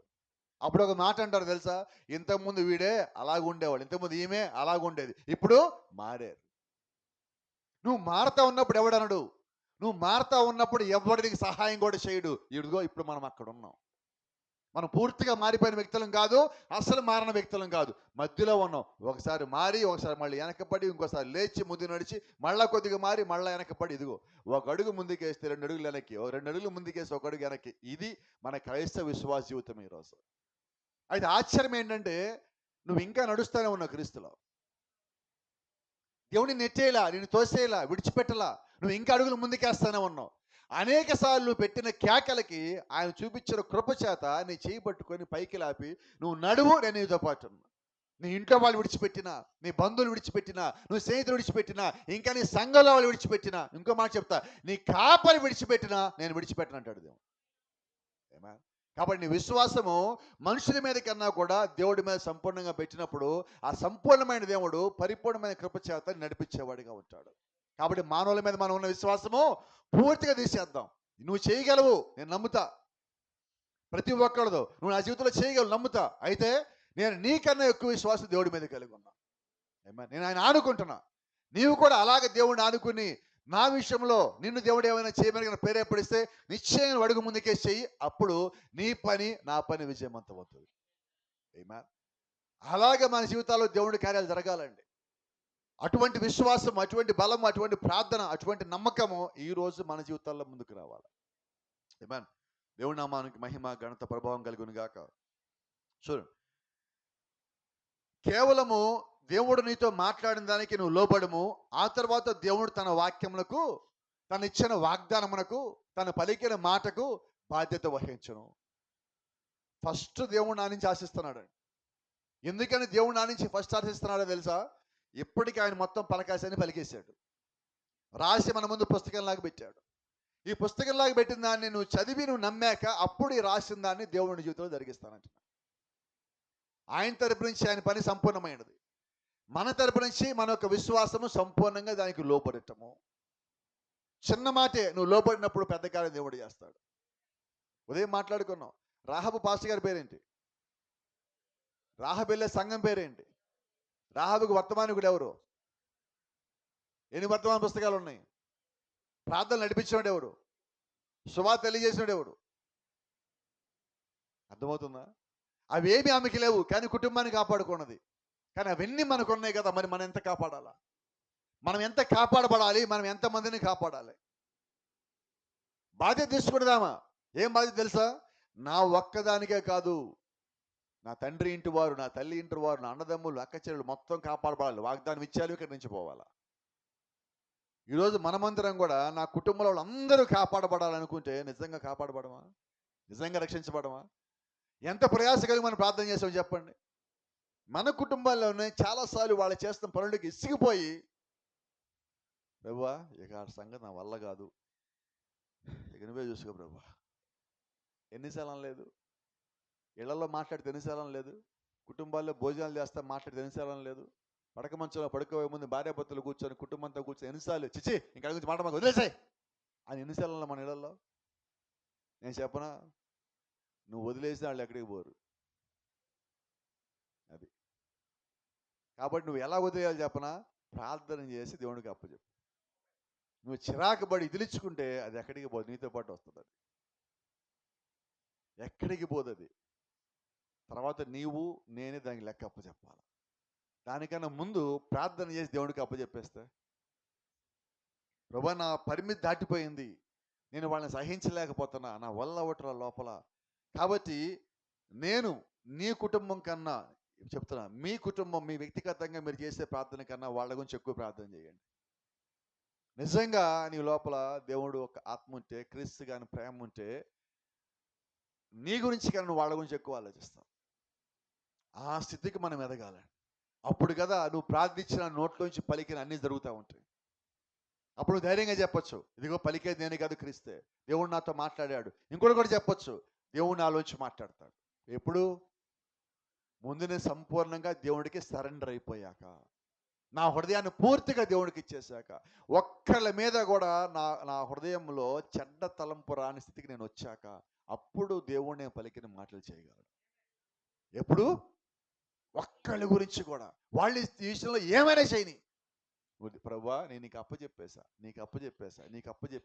నా హృదయంలోంచి తీసేయి ప్రభువా అని. రాత్రి ఇంకో చిన్న సంగతి మీరు చెప్తాను. ఇప్పటికీ మన కుటుంబాల్లో చాలాసార్లు మన కుటుంబంలో ఎవరన్నా మన గురించి ఏదైనా కానీ అనుకుంటే, బంధువుల్లో కానీ స్నేహితుల్లో కానీ ఎక్కడైనా ఈవెన్ సంఘంలో అయినా కానీ అనుకుంటే, మనం దాని లోపల నుంచి తీసి ఇట్లా అలాగ ఉంచుతున్నాం, దాని పక్కన భక్తి కూడా చేస్తున్నాం, ఆ సంగతి కూడా లోపల ఉంచుతున్నాం. అయితే నేనేమంటానంటే, నువ్వు భక్తి చేసింది ప్రయోజనం లేకుండా అయిపోతున్నది. కాబట్టి నీ భక్తికి ప్రయోజనం కలగాలంటే ఈ లోపలది బయటపడేసి, త్వరగా బయటపడేసి, ఇది నాకు వద్దు ప్రభువా, ఈ లోపల పెట్టుకొని నీ భక్తి చేసి నేను నీ దగ్గర భక్తిపరాలుగా ఉండలేను. నా లోపల నేను ఇటు భక్తి చేయలేను, ఇటు నాకు ఈ విషయం గుర్తొచ్చాక నాకు కోపం వస్తుంది. ఈ రెండు నాలో ఉంటే నేను విశ్వాసంగా ఉండలేను. కాబట్టి ఈ భారం నా లోపలించిపోవాలి అని ముందు వాళ్ళ గురించి ప్రార్థన చేయండి. ముందు వాళ్ళని ప్రేమించండి. ముందు వాళ్ళ దేవుడికి అప్పచెప్పండి. నువ్వు ఎప్పుడు ఆ స్థితికి వచ్చావో జ్ఞాపకం పెట్టుకో, దేవుడు నీతో మాట్లాడటం కాదు, దేవుడు నీతో పాటు ఉన్నాడని చెప్పగలను. అది క్రీస్తు ప్రేమ. అటువంటి ప్రేమకి ఈరోజు మనం రావాల్సి ఉన్నాము. కొంచెం ప్రేమ కాదు, సంపూర్ణమైన ప్రేమ. ఎదుటోళ్ళు మనం తిడతా ఉంటే, ఎదుటోళ్ళు మనల్ని కసురుతూ ఉంటే, ఎదుటోళ్ళు మనం ఒక చూపు చూస్తూ ఉండగానే మనం వాళ్ళని ఎలా చూస్తుంటాం? మన మాటలు ఎలాగుంటాయి? మన చేతులు ఎలాగ తయారవుతున్నాయి? పళ్ళు కొరుకుతున్నాం, కళ్ళు పెద్ద చేస్తున్నాం, పెడుకులు బిగిస్తున్నాం, మనిషి అంతా రాయిలాగా అయిపోతున్నాం. ఎక్కడుంది? మళ్ళా పేరు ఒక తగిలించుకున్నాం. ఏం పేరు? క్రైస్తవుడు. ఇంకో పెద్ద పేరు తగిలించున్నావు, వర్తమాన విశ్వాసి. ఇవన్నీ ఎప్పుడు నువ్వు ఒక వ్యక్తిని ద్వేషభావంతో చూడటం మానేసినప్పుడు, ఒక వ్యక్తి గురించి నువ్వు తప్పుడు ఆలోచన కలిగి ఉంటే మానేసినప్పుడు, ఇంట్లో వాళ్ళండి ముందు, బయట సంగతి తర్వాత, ముందు కుటుంబం గురించి, ఎవరి కుటుంబంలో వాళ్ళ గురించి ఆలోచించండి ఫస్ట్ అంటున్నా, తర్వాత సంఘం గురించి ఆలోచిస్తారు. కానీ అప్పుడు ఇంకొకళ్ళ గురించి ఆలోచించండి. నా కుటుంబం, నా పరిధి ముందు నా మనసు శుభ్రం చేశానా, తర్వాత నా కుటుంబాల్లో ఉన్న అందరి మనసు శుభ్రం చేశానా, ఆ తర్వాత నేను ఎవరి మనసు శుభ్రం చేయగలను, అప్పుడు నేను ఇంకొకటి చెప్పగలను. ఎప్పుడు ముందు నా హృదయం శుభ్రం చేసుకొని, బైబిల్లో చిన్న మాట ఉన్నది, చాలా పెద్ద మాట, అది చెప్పడానికి ఎలా ఉంటుంది మాట మాత్రం చెప్పండి, మీకు తెలిసి ఏంటి అది? ఇక్కడ నీకన్నా అంటే ఎవరికన్ను? ఏమన్నాడు ఇప్పుడు అక్కడ? నా కంట్లో దూలం తీసుకున్నాక అప్పుడు ఎదుటోడి కంట్లో నలిసి తీయాలి. ఎదుటోడిది నలిసే, కానీ మనకు దూలంలా కనిపిస్తుంది. కానీ మన కళ్ళలో దూలం పెట్టుకున్నాం, మనకైతే నలుసులాగున్నది. కాబట్టి మన తప్పులు మనకి ఎప్పుడు చిన్నయ్యే, మన పాపాలు మనకి చిన్నయ్యే. ఎదుటోడు మనల్ని అంటాడు, సరే దాని సంగతి లేక నీ సంగతి చెప్పు ముందు అంటే ఏంటి అర్థం? నేను చేసిన లెక్క కాదు, నువ్వు చేసిన మాత్రం లెక్క నాకు. ఎలాగ నువ్వు దేవుళ్ళో ఉండగలుగుతావు? వాళ్ళు చేసినా నీవు చేసినా దేవుని దృష్టిలో లెక్కే కదా. ముందు నా హృదయంలో నేను సరిచేయబడాలి, ఫస్ట్ది. రెండోది, నా హృదయం నుంచే దేవుడు నాకు తీర్పిస్తాడు, నా హృదయం నుంచే. రెండోది సంఘానికి, మూడోది సంఘానికి తీర్పు ఇదిగో బలిపీఠం దగ్గర నుంచే. నువ్వు ఇక్కడి నుంచి ఏమి విన్నావో నువ్వు దానికి లోబడాలి. నీ హృదయము, సంఘంలో నీకున్న బలిపీఠము, ఈ రెండు నీకు తీర్పు వేదికలో.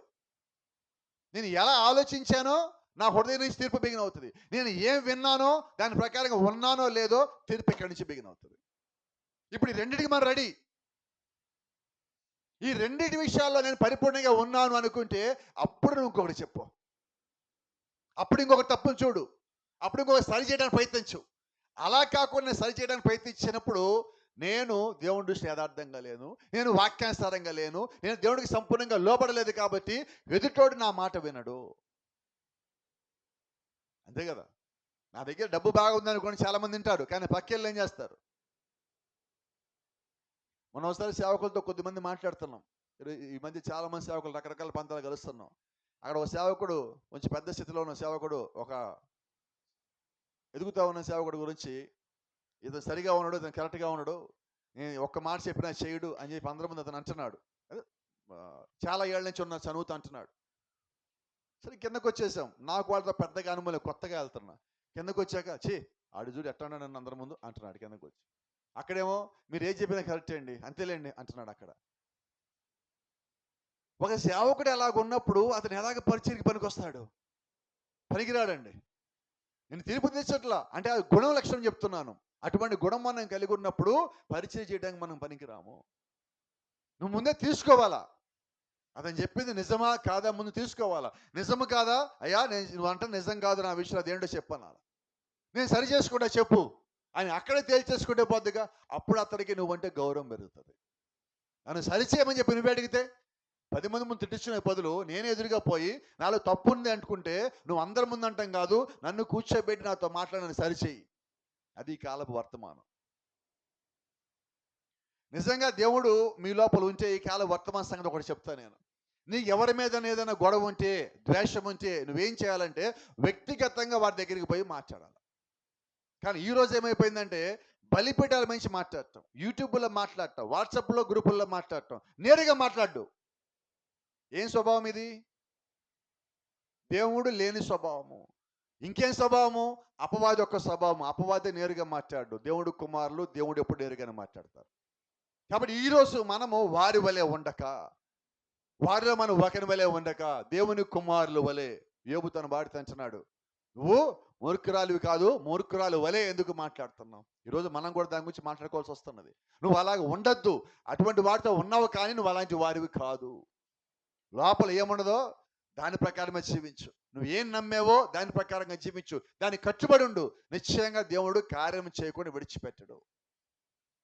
వాక్యాన్ని నమ్మినప్పుడు, ప్రార్థించినప్పుడు, విశ్వాసం కలిగి ఉన్నప్పుడు, దేవుడు పలికిన మాట రాయబడిన వాక్యమై ఉన్నప్పుడు, నేను దాని మీద నమ్మకం వచ్చినప్పుడు, ఇప్పుడు దేవుడు దాన్ని బట్టే నా కార్యం చేయాలి. ఆయన మొదట పలికాడు, నా దగ్గర తీసుకొచ్చాడు, నా కళ్ళ దాన్ని పెట్టాడు, నేను నమ్మే స్థితికి తీసుకొచ్చాడు. ఇప్పుడు నేను దాన్ని నమ్మవలసి ఉన్నా. నేను నమ్మినప్పుడు అది జరిగించే బాధ్యత దేవుడు వహిస్తాడు మనందరి జీవితాల్లో. అలాగే ఈ గడికి దేవుడు నీ కొరకు నా కొరకు వర్తమానం పంపించాడు. ఆ పంపించిన వర్తమానానికి నువ్వు లోబడినప్పుడు ఆ వర్తమానం పంపించిన దేవుడు అయితే ఖచ్చితంగా దేవుడు దాని ప్రకారంగా కార్యాలు జరిగించాలి. Praise the lord.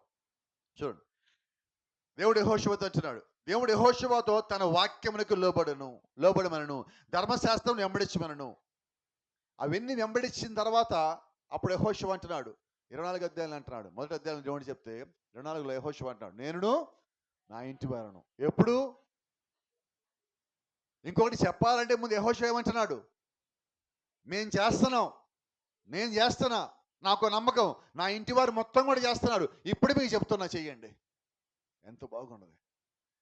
ఇప్పుడు యెహోషువ మాట వినని వాడేవాడు, ఎందుకంటే దేవుడి నుంచి వాగ్దానం పొందుకున్నాడు. మోషేకు తోడుగా ఉన్నట్టు నీకు తోడుగా ఉంటా. నువ్వు మోషే వాళ్ళు నడిస్తే మోషేలో ఉన్నట్టుగా నీలో కూడా ఉంటా. ఈరోజు మోషేకు తోడుగా ఉన్న దేవుడు, యెహోషువకు తోడుగా ఉన్న దేవుడు ఆయన సంఘాలకు తోడుగా ఉంటున్నది, కుటుంబాలకు తోడుగా ఉంటున్నాడు. దేవుడు ఎక్కడ చెప్పిన సంఘాలకు తోడుగా ఉంటానని. ఈరోజు ఆయన వ్యక్తిగతంగా తోడుగా ఉంటానంటున్నాడు. యెహోషువ ధైర్యంగా చెప్పాడు, అర్థం ఏంటి? నేను నా ఇంటి వారని, నా ఇంటికి దేవుడే కాపరి, నా నమ్మకం ఆయన మీద ఉన్నది. 1000 మంది మధ్యలో నేను ఉన్నప్పటికీ ఆయన నన్ను కాపాడుతాడు. 10,000 మధ్య నేను పడిపోయి ఉన్నప్పటికీ దేవుడు తన చెయ్యి చాపడని పైకి లేపుతాడు. ఎలా చెప్పగలుగుతున్నాడు దావీదు నమ్మకం అంతా దేవుడే. శత్రువుల మధ్యలోకి వెళ్ళినా, శత్రువుల మీదకి వెళ్ళినా, శత్రువుల మీదకి వచ్చినా దావీదుకి ఒకే నమ్మకం, దేవుడు వాక్యానుసారంగా నేను ఉన్నాను కాబట్టి దేవుడు నన్ను నడిపిస్తాడు. నేను పడిపోయినా దేవుడు నన్ను లేవనెత్తుతాడు. ఎందుకంత భారం దావీదులో ఉన్నది? ఎందుకంత భారం మనలో లేదంటే దావీదు తనను తాను దేవుడికి అప్పగించేసుకున్నాడు. నా జీవితంలో ఏమొచ్చినా దేవుడే. చేశాడు తప్పు, తర్వాత తెలుసుకున్నాడు, మళ్ళా చేశాడా? మీరు గమనించండి, దావీదు జీవితంలో మళ్ళా తప్పు చేయలే. దావీదు చివరి వయసులో శరీరం చల్లబడిపోతా ఉన్నప్పుడు అభిషేక్ అని చెప్పి ఒక యవనస్తుని తీసుకొచ్చి ఆయన పక్కన పెట్టాడు. అయ్యా నువ్వు ఆమెతో ఉండు, నీ శరీరం బాగుపడుతామంటే దావీదు ఆమెను ముట్టుకోలే. భయపడాడు, ఒకసారి చేశా, మళ్ళీ ఇంకోసారి చేయను. ఈరోజు మళ్ళీ ఉదయం కూడా మాట్లాడుకున్నావు, చేసిన తప్పు నువ్వు మళ్ళా చేస్తున్నావు అంటే నువ్వు దేవుళ్ళో లేవు, నువ్వు దేవుళ్ళకి ఇంకా రాలా. ఒక తప్పు నా జీవితం జరిగిన తర్వాత మళ్ళా తప్పు అది రిపీట్ కావద్దు. ఎందుకంటే దేవుడు నాతో మాట్లాడు అని ఒక స్టేట్మెంట్ మనం ఇచ్చాం కదా, మాట్లాడాక నువ్వు తప్పేలా చేస్తావు. ఓ చిన్న మాట చెప్తా. యోసేపు మీదకి యజమాని యొక్క భార్య వస్త్రం విసేసింది. ఏం చేశాడు? వినబడలేదమ్మా. దెయ్యం ఏం చేస్తుంది? విసిరేస్తుంది. ఏంటి కారణం? దెయ్యానికి నువ్వు దేవుళ్ళో ఉంటే ఇష్టం లేదు. ఇంకో మాట చెప్తాను, బైబిల్లో మీరు గమనిస్తే యెజబెల్ అందగత్తె కాదా? మరి యెజబెల్ గురించి మీరు ఎవరైనా మాట్లాడిన, యెజబెల్ మంచిదని చెప్పేవాళ్ళు ఎవరున్నారు ఇక్కడ? యెజబెల్ ఏమని చెప్పించాడు? కుక్కలు తినే మాంసమా అన్నాడు. మరి దేవుడి సేవకుడు ఏమంటున్నాడు? ఇప్పుడు ఆమె పని ఏంటంటే వ్యభిచారంలోకి దింపటం, విగ్రహాలకు దింపటం. అహాబుని ఏం చేసింది? అహాబు దేవుడి కుమారుడిగా ఉండాల్సినోడు, విశ్వాసి, కానీ ఏం చేసింది? వివాహం చేసుకొని తీసుకుపోయి పాతాళం తీసుకుపోయినది. ఈరోజు మన స్థితి కూడా అంతే. ఈ లోకం మన మీద వస్త్రం వేస్తూ ఉంటుంది, కర్చీవులు వేస్తుంటుంది, టవల్ వేస్తుంటుంది, దెయ్యం కాదు దెయ్యం పనులని చేస్తుంటుంది. అయితే నువ్వేం చెయ్యాలా? తీసి ముఖం మీద కొట్టు, నేను దేవుడి సంబంధిని. యోసేపు ఏం చేశాడు? ఆమంటే యజమాని లేడు, నువ్వు నేను తప్పు చేద్దామంటే ఏమంటున్నాడు? నేను నా యజమానికిని దేవుడికిని ద్రోహం చేయను. దేవుడు అక్కడ లేడే. ఆమె కనబట్ల దేవుడు, కానీ యోసేపు కనిపిస్తున్నాడు. ఎందుకంటే దేవుడు కుమారుడు నువ్వు అయి ఉంటే దేవుడు నీకు కనిపిస్తాడు. నువ్వు దేవుడు కుమార్తె అయి ఉంటే దేవుడు నీకు కనిపిస్తాడు. ఉదయం కూడా మనం చెప్పుకున్నాం, ప్రతి చోట దేవుడు చూడగల శక్తి కలిగి ఉన్నాడు. నువ్వు ఉన్న ప్రతి పరిసరము ఆయన యొక్క స్వాధీనంలో ఉన్నది. కాబట్టి ఎంత నమ్మకం మనం ఉండాలంటే నువ్వు ఒక్కసారి లోపడితే చచ్చేదాకా లోపడే ఉంటావు. యోసేపుని అడిగేవాడు ఎవడు లేడు, యజమాని తర్వాత యజమానిగా ఉన్నాడు, చేయగలడు. నాకు అన్నింటి మీద అధికారం ఇచ్చాడు, కానీ నీ మీద నాకు అధికారం లేదు, నిన్ను ముట్టుకోనేనన్నా. ఎంత యథార్థంగా ఉంటున్నాడు, అంత యథార్థంగా ఉన్నాడు కాబట్టి యోసేపుని దేవుడు అంత పైకి లేపాడు. ఏమన్నా ఈరోజు మనకి ఏమైంది ఆ యథార్థత? అవకాశం వచ్చినా కదా అవకాశాలు వస్తాయండి. తప్పు చేయడానికి, పాపం చేయడానికి. ఏం చేద్దాం అప్పుడు? నిలబడదాం. ఉదయం కూడా మాట్లాడే మాట జ్ఞాపం చేస్తున్నా. యెహోషువ ఇంకా రాలా యెరికో పట్టణానికి. రాహాబుకి టైం ఉంది. పాపం చేయలేదా కావాలనుకుంటే? యెహోషువ వచ్చే టైం పడుతుందిలే, ఈలోపు 1, 2 తప్పులు చేసి డబ్బులు సంపాదించుకుందాం అనుకున్నదా? అనుకోవాలా. కారణం ఏంటంటే ఆమె మారు మనసు పొందింది. ఆమె వాక్యాన్ని నమ్మింది, వర్తమానం నమ్మింది. ఆమె దగ్గరికి వచ్చి 2 వేగులే ఆమెకు వర్తమానం అందించారు. దాన్ని పూర్తిగా నమ్మి ఆమె నిరీక్షిస్తూ ఉన్నది. ఆ నిరీక్షణ ఈ కాలం ఇప్పుడు మనలో ఉండాలి. మనం అదే విశ్వాసము, అదే నిరీక్షణ కలిగి ఉన్నప్పుడు అదే దేవుడు మన జీవితంలో కార్యాలు చేస్తాడు. మనం ఇప్పుడే ఎలా జీవించామో తెలియదు, ఎలాగున్నామో తెలియదు. ఈ రాత్రి ఒక తీర్మానం కలిగి ఉందాం. ప్రభురాత్రి భోజనానికి వస్తున్నాం కాబట్టి ఒక తీర్మానం. ప్రభా, ఇప్పుడు దాకా ఏం చేశానో అవి బయట పెడుతున్నా. ఇప్పుడు దాకా ఏం జీవించానో అవన్నీ బయట పెడుతున్నా. ఏం ఆలోచించానో బయట పెడుతున్నా. ఇక నా జీవితము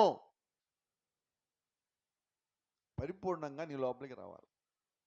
నీ చిత్తానుసారంగా అడుగులేయాలి. ఇప్పుడు దాన్ని నేను చేసిన దానికి ఇక మీద ఎంతమంది ఏమన్నా నేను మళ్ళా పాత జీవితం వైపు పోవద్దు. పాత ఆలోచన నా లోపలికి రావద్దు. పాత స్వభావం నా లోపల పనిచేయొద్దు. నీ చిత్తం మాత్రమే నా లోపల నెరవేరాలని అడుగు ముందుకేసి మీరు ప్రార్థన చేస్తే దేవుడిని బలపరచడా? బలపరిచే దేవుడు మన మధ్యలో లేడా? సహాయం చేసే దేవుడు మన మధ్యలో లేడా? కృపణించే దేవుడు మన మధ్యలో లేడా? లేవనెత్తే దేవుడు మన మధ్యలో లేడా? మోషేకు తోడుగా ఉన్న దేవుడు మన మధ్యలో లేడా? యెహోషువకు తోడుగా ఉన్న దేవుడు మన మధ్యలో లేడా? రాహబుని ఏ పాపం అంటకుండా, సాక్ష్యం లేకుండా చేసాడు దేవుడు ఈ రాత్రి మన మధ్యలో కూడా ఉన్నాడు. నువ్వు ఆయన నమ్మగలిగినప్పుడు అదే కార్యము ఈ రాత్రి మన మధ్యలో చేయగలడు. మన మధ్యలో కాదు, నీ హృదయంలో చేయగలడు. నిన్ను సంపూర్ణంగా మార్చగల శక్తి కేవలము ప్రభువైన యేసుక్రీస్తు మాత్రమే కలిగి ఉన్నాడు. ఇప్పటికి నీ కుటుంబంలో వాళ్ళు నీ గురించి చాలాసార్లు అని నేను ఇసిగిపోయారు. ఇక నువ్వు మారవా, నేను వదిలేశారు. ఆయన ఈ రాత్రి అంటున్నా, దేవుడు వదిలేలా. నీ కుటుంబం ఇసిగిపోయింది, నీ పనులకి, నీ మాటలకి, నీ చేతలకి. అది దేవుడు ఇంకా ఇసిగిపోలా. దేవుడు ఈ రాత్రి నీకు ఇంకొక అవకాశం ఇచ్చాడు. ఆయన చేయి చాపంటున్నాడు, నేను నీ కొరకు నిలబడతా, నువ్వు నా వైపు తిరుగుతావా? నీ లోకం నుంచి నా వైపు తిరుగుతావా? నీ ఆలోచన నా వైపు తిరుగుతావా? నీ మాటల నుంచి నా వైపు తిరుగుతావా అని దేవుడు ఈ రాత్రి మళ్ళా ఒక అవకాశం ఇచ్చి అడుగుతా ఉన్నాడు. ఈ రాత్రి నువ్వు చేయి చాపితే ఆయనకి తగిలేంత దూరంలో నువ్వు ఉన్నావు. ఆయన తాకేంత దూరంలో నువ్వు ఉన్నావు. ఈ రాత్రి కన్నా గొప్ప రాత్రి నీ జీవితంలో మార్చడానికి మళ్ళీ రావచ్చు, రాకపోవచ్చు. ప్రభురాత్రి భోజనానికి వచ్చేలోపు నువ్వు ఇప్పటి వరకు తీసుకున్న నిర్ణయాలు, దేవుడికి ఇచ్చే నిర్ణయాలు ఏవైతే కట్టుబడలేకపోయావో అవన్నీ దేవుడి దగ్గర ఒప్పుకొని ఈ రాత్రి నేను కట్టుబడతాను ప్రభువా. ఈ రాత్రి నేను ఇంతకుముందు లేను ప్రభువా, నేను మార్చబడ్డాను. వచ్చిన వాక్యం నా కొరకే, మాట్లాడింది నాతోనే. ఇది నా శరీరానికి కాదు, నా ఆత్మకి బలమీయటానికే నువ్వు నాతో మాట్లాడున్నా ప్రభు అంటే నిశ్చయంగా నువ్వు బయటికి గుమ్మల నుంచి అడుగు పెట్టే లోపే దేవుడు యొక్క కార్యము నీ లోపల జరగడం నువ్వు చూడగలవు. ఇంటికి వెళ్ళాక కాదు, రేపు కాదు, ఏప్రిల్ నెలలో కాదు, ఈస్టర్ కాదు, 31st నైట్కి కాదు. ఈ రాత్రే ఇప్పుడు ఇక్కడ దేవుడు ఒక కార్యం చూడగలవు.